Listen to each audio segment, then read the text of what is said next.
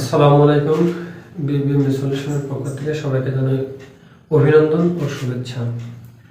আজকে আমরা আলোচনা করব বিজনেস ম্যাথমেটিক্স সাবজেক্টের সংখ্যাত্মক পদ্ধতির অত্যন্ত গুরুত্বপূর্ণ একটি অঙ্ক ঘনমূল। ঘনমূল সাধারণত পরীক্ষাতে কম আসে, তবে ওদের থেকে ম্যাক্সিমাম সময় a+i আকারে প্রকাশ এবং বর্গমূল আসে। তবে ঘনমূলটা কম আসে, তবে আপনাদের পরীক্ষার জন্য অর্থাৎ আগামী পরীক্ষার জন্য ঘনমূলটা মোটামুটিভাবে ইম্পর্টেন্ট। তাই একটি অঙ্ক করে আপনাদের ঘনমূল অতি সহজে করার নিয়ম নীতি বা সমাধান করে আপনাদের দেখাবো। আশা করি আপনাদের বুঝতে সমস্যা হবে না এবং আপনাদের ভালো লাগবে। তো চলুন আমরা একটি ঘনমূল করে দেখি। আমরা করব 64 এর ঘনমূল। 64 এর ঘনমূল বিভিন্ন ধরনের হতে পারে। 64 ঘনমূল হতে পারে, i এর ঘনমূল হতে পারে, -i এর ঘনমূল হতে পারে, 1 এর ঘনমূল হতে পারে, -1 এর ঘনমূল হতে পারে, -7 এর ঘনমূল হতে পারে, 64 এর ঘনমূল হতে পারে। তবে এই অঙ্কগুলো সাধারণত পরীক্ষাতে আসছে।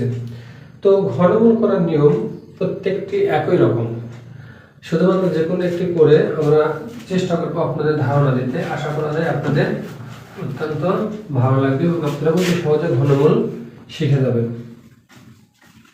যাই হোক, আমরা যে কোনো একটি নিয়ে ঘনমূল করার চেষ্টা করব।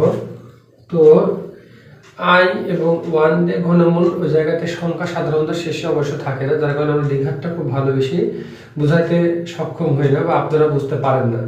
তো আমরা চেষ্টা করব -27 অথবা 64 অর্থাৎ 64 এই দুটো সংখ্যা দিয়ে আমরা যে কোনো একটি দিয়ে ঘনমূল করার চেষ্টা করব। তাহলে আপনার দ্বিঘাতটা বুঝতে সুবিধা হবে। আর দুটাই আপনাদের সাধারণ অঙ্ক, যদি সাল রিপিট আসে তাহলে দিলেও দিতে পারে, -27 অথবা 64। তো -27টা আমরা করি। -27 এর ঘনমূল আমরা জানি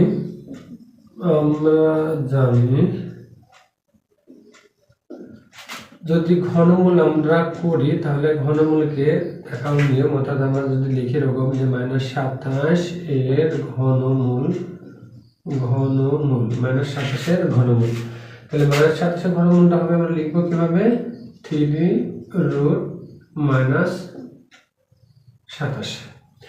অর্থাৎ ঘনমূলকে এভাবে প্রকাশ করা হয়। বর্গমূল মানে স্কয়ার আর ঘনমূল মানে হচ্ছে কিউব। তো এখন এই ফরম্যাটে আমরা যারই ঘনমূল করি এই ফরম্যাটটাকে আমাদের সাজাতে হবে।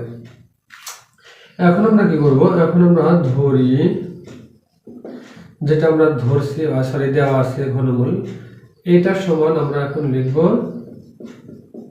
x। এখন যদি আমরা উভয় পক্ষকে ঘন করি বলতে গেলে ধরেন এখানে যেটা আছে আমরা সেটা লিখলাম, লিখে ঘন মানে কি বলছি, কিউব, আমরা কিউব করলাম। এখানে আপনি ব্র্যাকেটে বোঝার সুবিধার্থে লিখতে পারেন উভয় পক্ষকে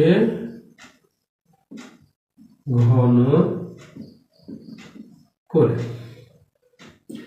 এখন একটা জিনিস দেখুন, আমরা জানি রুটের মান হচ্ছে হাফ হয়, আর এই জায়গাতে যদি আমরা একটু ভেঙে নিই তাহলে দেখেন এই জায়গাতে কি দাঁড়ায়, অর্থাৎ এই 27 এই জায়গাতে আসে হচ্ছে কিউব আর এই হচ্ছে কিউব, অর্থাৎ এস কিউব। অর্থাৎ এই রুটের মান হচ্ছে হাফ। তবে যদি আমরা পাওয়ার করতে যাই তাহলে হাফের পরিবর্তে এই রুটের উপরে যে সংখ্যাটা থাকে সেটাই 2 এর জায়গা দখল করে। অর্থাৎ যদি এরকম হয় হাফ, তাহলে ওই জায়গাতে যে সংখ্যা থাকবে সেটা যা বসবে। তাহলে এখানে আছে কি 3, তাহলে 3 বসবে। যদি 4 থাকে 4 বসবে, যদি 5 থাকে তাহলে 5 বসবে। শুধু এটা এই অধ্যায়ের অঙ্কের জন্য না, ওভারঅল ম্যাথমেটিক্সের ক্ষেত্রে। আর যেহেতু এখানে 3 পাওয়ার আকারে আসছে তো থাকবেই। তো এই জায়গাতে একটা জিনিস ফলো করো, এই 3 আর এই 3 যদি কাটে যায় তাহলে আমাদের থাকে হচ্ছে শুধু 27। এই জায়গাতে 1 পাওয়ার দেওয়াও যা না দেওয়া তাই, তার কারণে না দেওয়াই ভালো।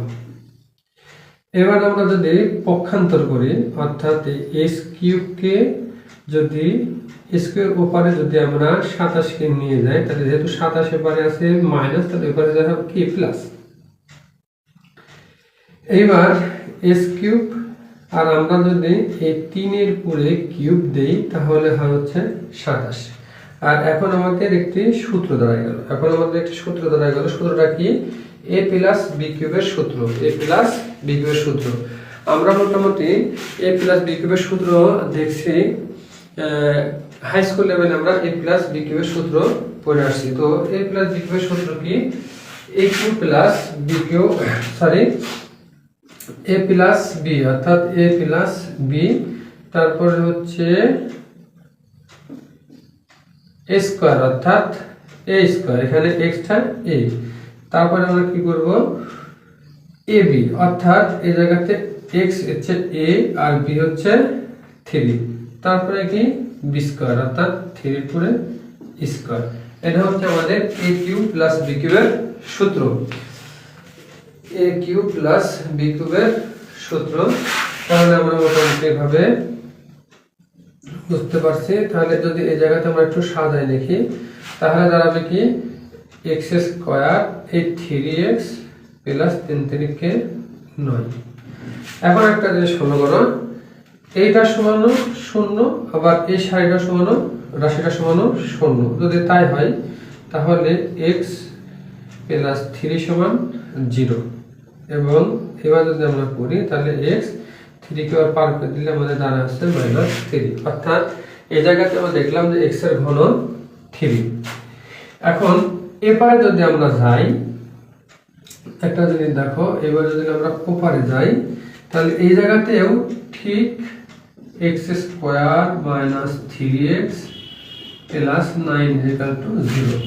এখন এরকম যদি রাশিমালা থাকে তাহলে আমরা উৎপাদকের নিয়ম অনুসারে আমরা কি করব? মিডল টার্ম করব।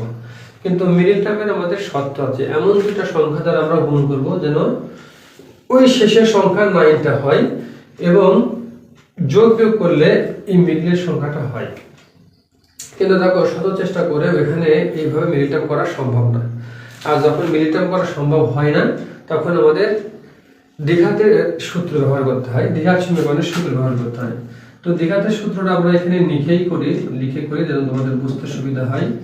দ্বিঘাতের সূত্র হচ্ছে এরকম, minus b plus minus root over b square minus 4ac is 2a।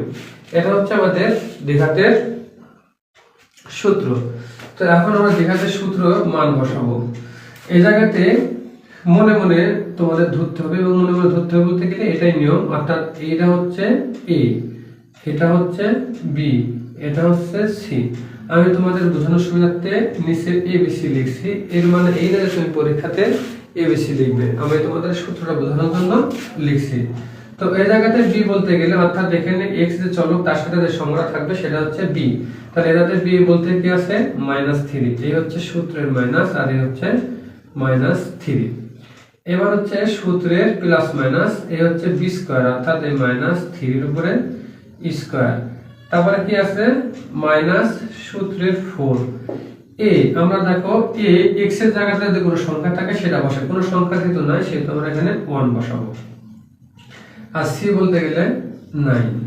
এবার আমরা নিচে কি সূত্র আছে 2, আর এ বলতে গেলে কোনো কিছু নাই জন্য 1।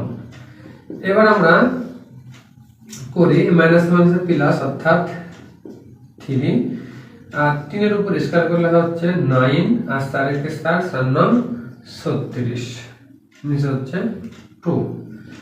এবার দেখি আমরা 3 প্লাস এই জায়গাতে যদি আমরা মাইনাস করি, 9 মাইনাস করি 36 থেকে যদি আমরা 9 মাইনাস করি তাহলে হয় হচ্ছে 4 9 36, যদি 9 মাইনাস করি তাহলে হচ্ছে 27 এবং সেটা হচ্ছে -27। তো এই জায়গাতে আমরা একটা কাজ করতে পারি, সেই কাজটা হচ্ছে কি যে এই -27 যেহেতু হচ্ছে সেটা আমরা -1 দ্বারা 27 কে গুণ করতে পারি। আর যদি গুণ করি তাহলে আমাদের কি দাঁড়ায়? এই -1 এর কারণে যেটা আমরা i স্কয়ার আনতে পারি, আর এই i স্কয়ার যদি আমরা আনি তাহলে এই জায়গাতে আমাদের কি হবে? এই i এর উপর থেকে রুটটা উঠে যাবে, এই জায়গাতে আমাদের 2 7 থাকবে। এই হচ্ছে আমাদের ভাঙার সর্বশেষ রূপ, আর আমাদের ভাঙার সম্ভব নয়।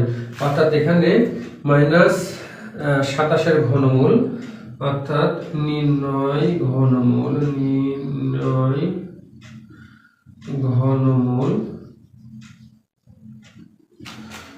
-3 অথবা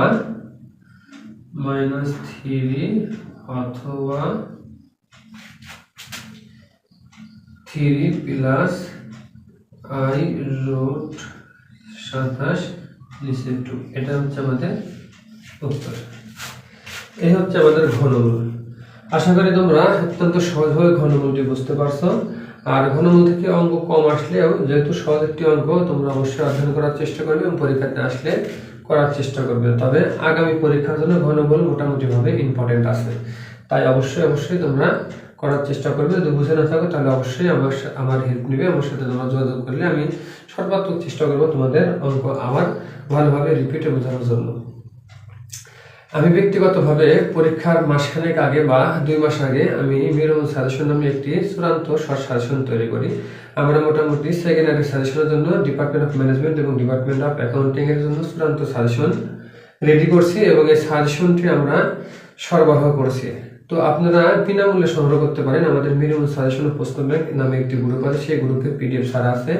এবং তাছাড়া আমাদের Facebook page BBN MBA solution মনিসার নামে পেজে, সেখানেও আমাদের পিডিএফ দেওয়া আছে। তাছাড়া যদি আপনারা আমার থেকে নিতে চান, আমরা মেসেঞ্জারে অথবা হোয়াটসঅ্যাপে পিডিএফ বিনামূল্যে দিয়ে থাকবো, আপনারা নিতে পারেন। আর আমরা এখন যে অঙ্কগুলো করছি, বিশেষ করে বিজনেস ম্যাথমেটিক্স এবং ডিপার্টমেন্ট অফ ম্যানেজমেন্টের প্রিন্সিপাল অফ ফিনান্সের, সেই অঙ্কগুলো আমাদের মিরমূল সাজেশন ও প্রশ্ন ব্যাংকের শীটের অঙ্ক। আশা করা যায় এই অঙ্কগুলো যদি আপনারা বুঝে বুঝে অধ্যয়ন করেন এবং এই নিয়মগুলো অনুকরণ করেন, তাহলে আপনার পরীক্ষাতে অবশ্যই কমন পাবেন এবং আপনারা 100% আনসার করতে সক্ষম হবেন। তো সবাই ভালো থাকুন, সুস্থ থাকুন। আজকে এই পর্যন্তই। আল্লাহ হাফেজ। আসসালামু আলাইকুম।